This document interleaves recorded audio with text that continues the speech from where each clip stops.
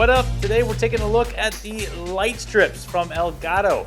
We've got a couple up behind me right here. We're going to be taking a look at the light strips themselves, how to set it all up, unboxing it, putting it together, and then of course how to manage the finished product once you're done with them. Before we get to all that, quick reminder, subscribe to the YouTube channel, hit like, blah, blah, blah, social media, blah, blah. Appreciate the support. Let's take a look at the light strips from Elgato.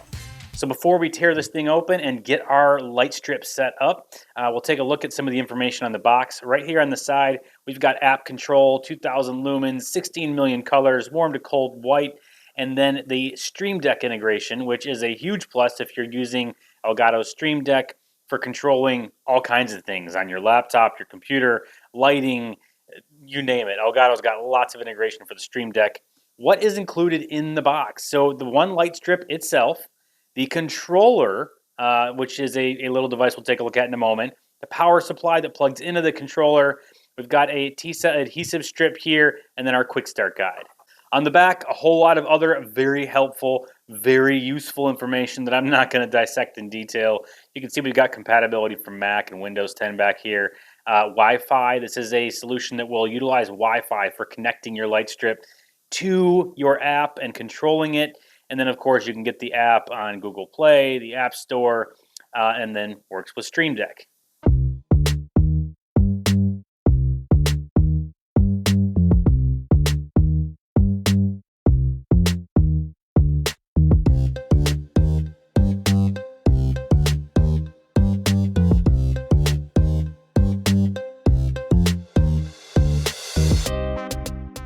And with all the contents out of the box, you can see we've got our quick start guide. This is going to tell us how to set this all up.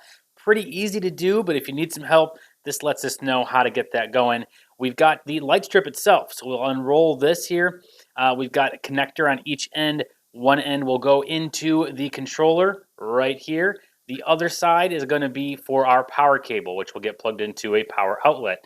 That would be this cable right here. This end down at the bottom will connect into our controller. We need to put in prongs up top. It gives us 3 different prongs depending on which standard we're using in the country that we're living in. Given that I'm in the US, we'll get rid of those, and we just need this last piece to connect right in. That will just kind of set right in here. It twists into place. You hear it click. We're off to the races. We've got that adhesive strip, and with that, we're ready to unroll this thing and get it set up. Now, I might not be following the exact order that the instructions tell you, but it's all good. So we'll plug in the power right here.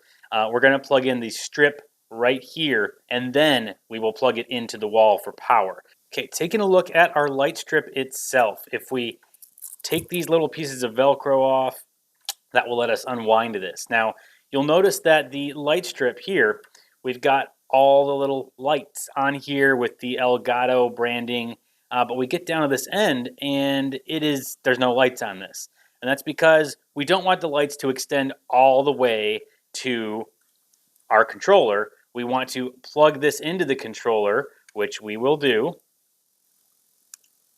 And then with that end into the controller and this into our power, we're now ready to plug in. But the lights are typically not going to go all the way to where you're plugging in. So there is a little bit of leeway or space left so that your lights can be set up to start exactly where you want them to, whether that's set up around the back of a display, set up on the back of a desk, under shelving, wherever you're trying to light up and illuminate. You want to make sure you get your starting point right. So that's why we have this lead space here. As we unroll this size may not be what you need for all applications. You may need this to be a little bit shorter. Maybe you want to use different pieces on different strips. You'll notice that as we go along here, you can shorten these strips. There are predetermined places to cut them, and there's an actual scissor mark right there with a dotted line. You will want to cut there, and that will allow you to shorten the light strip for your intended purposes and then use the remaining light strip piece elsewhere. On the back, we've got this adhesive. This is how we put the light strip in place and make sure it stays there. So you'll start at one end, you'll peel back the adhesive a little bit, and then you will kind of a little bit at a time, put it in place, hold it firmly onto place, press for like 10 seconds or so to make sure it sticks, and then expose a little bit more and keep going until you've got everything in place. All right, we're going to take our strip here, and we actually needed two because these are 6.5 feet roughly. They are 78 inches and some change. So that gives us a good amount of space. If you're putting them along the back of a desk or a credenza or under a shelf, a couple shelves, that's pretty good, right? But if you've got a big space like this where we've got two displays mounted to the wall, and then we've got some wood here that we want to kind of light up at the back, you might need a little bit of extra. So I've got two kits. I'm plugging them in on each side. They're going to meet up at the top. So I'm going to start connecting this at the back of this display and bring it on down. Now, there are connector kits from Elgato as well so that you can connect these up rather than having to plug in multiple light strips if you're stringing them together. So if you have a big application, this was probably a good one for me to have gotten the connector kit for. Or let's say you want to do a series of shelves and you don't want to have multiple strips plugged in, but you don't want the light to follow from one shelf to the next, you're going to need to cut the lights at different spots and then connect them together with that gap that we see down here where there are no lights. So keep that in mind as you're designing where it's going to go. You got to put some thought ahead of time into where you're lighting up. Does it need to be connected or not? Are they all going to flow together with one plug, or do you need multiple? So with that, and following our instructions, we'll get this all enrolled here. And as it tells us, we will remove a little bit of the adhesive at the back and kind of put that where it's going to go on the back of the display in this case, and then continue to remove the adhesive as we go, trying to keep it as straight as you can for a clean application, and then we'll plug it in.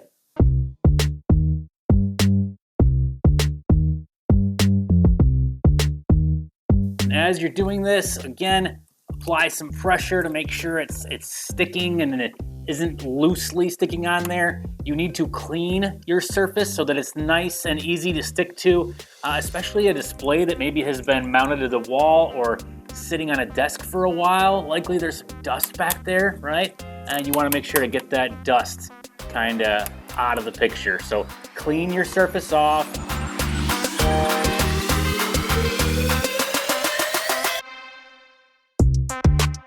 Now, in my case, it's not just one easy, I'm having to kind of bend the light strip around the corners, and then I'm going to twist the light strip to kind of go up against a different direction on this wood section back here.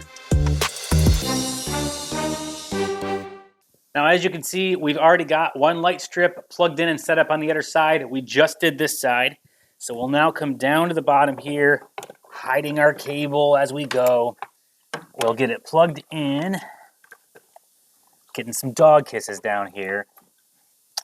All right, you are the kissiest dog. And once it gets plugged in, it kind of will go through a brief cycle on. It'll go through a few different colors, and then we will default back to the whitish color before we go and actually get into our app, connect to it, and customize our experience. And there we are. We are fully illuminated. Let's connect in the app and customize what this experience looks like. Okay, to manage the light strips from Elgato, you go to elgato.com/downloads. Once you're there, of course, you can do this from your mobile device as well, your iPhone, your Android. At the website on Windows, I've selected the product light strip and Windows as my OS. You'll go down here to download, confirm the download. It'll show up in your downloads. Once it's downloaded, then you can install it. Now, once you've installed the control center, you'll go to your system tray. We don't see it on the screen, so I'm not sharing that. We'll click on the Elgato logo, and if the devices are there, they would show up, and I do see them there. I see 2 as in the accessories available. If they don't show up and you try to connect to them via your phone or something, you'll need to reset them.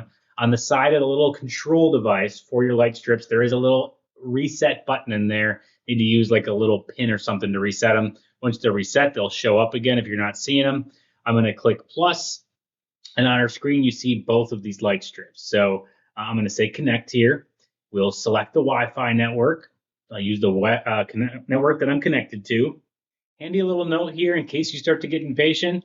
It says we're waiting for the Elgato light strip. This can take up to 60 seconds. It is connecting to the network after you put the network password and all that in. So there we go. Finally got success. Thumbs up. We'll say finish, and then we'll go and add the other one in there as well. See, we've got one more to connect. Put that password in one more time. With both light strips connected, we'll go back down to that system tray. We'll pull up our Elgato control center, and we can see both light strips in there. Now, clicking on and you see just tons and tons of colors. So right now, if I go and make one of the colors blue and one of the colors green, we have a little bit of a funny display going on back there. So let's click on the options here next to each light strip. We can see we have a name for it. We can give it a different name. On the advanced side, we can say what the power on behavior is. We can restore the last setting used or the defaults. We got our firmware versions. We can update that if we need to. It's got an IP address. If we go over to colors, here's where we can choose the different colors we want. So coming up here, we see what we've chosen, this blue, but we can click on this to get some different shades in there as well. So all kinds of different 16 million colors. That's a lot. Okay, as you can see, I've got these set up to where they are basically the same color. Taking a look at the wall, it looks most of the same. With 16 million colors, that's going to be really hard to dial in and get an exact match. So with that color chosen, we can go over here and turn our lights on or off with the click of a button from the control center. We can add more in if we want to. We can hit the power button on them all at the same time or leave them both on. We can come over to our settings, and here where we can link our accessory controls, so all controls move in sync. We're gonna say yes to that. You can also check for updates, disable Windows notifications. We're gonna hit apply, and then we'll say okay. Now we have them synced up. If I were to change this to green, now they're both green. So there you go. That is the management of your lights from the control center. Set them to whatever color you want them to be, define how they behave when they turn on and off, and sync them if you want to. And that's a wrap. Hope you found this brief overview of the Elgato light strips useful. If you did, throw a like on the video, share it with all your friends and colleagues on social media. Subscribe to the YouTube channel if you're not already, and I hope that we'll see you back here for the next device or gadget or whatever. Over.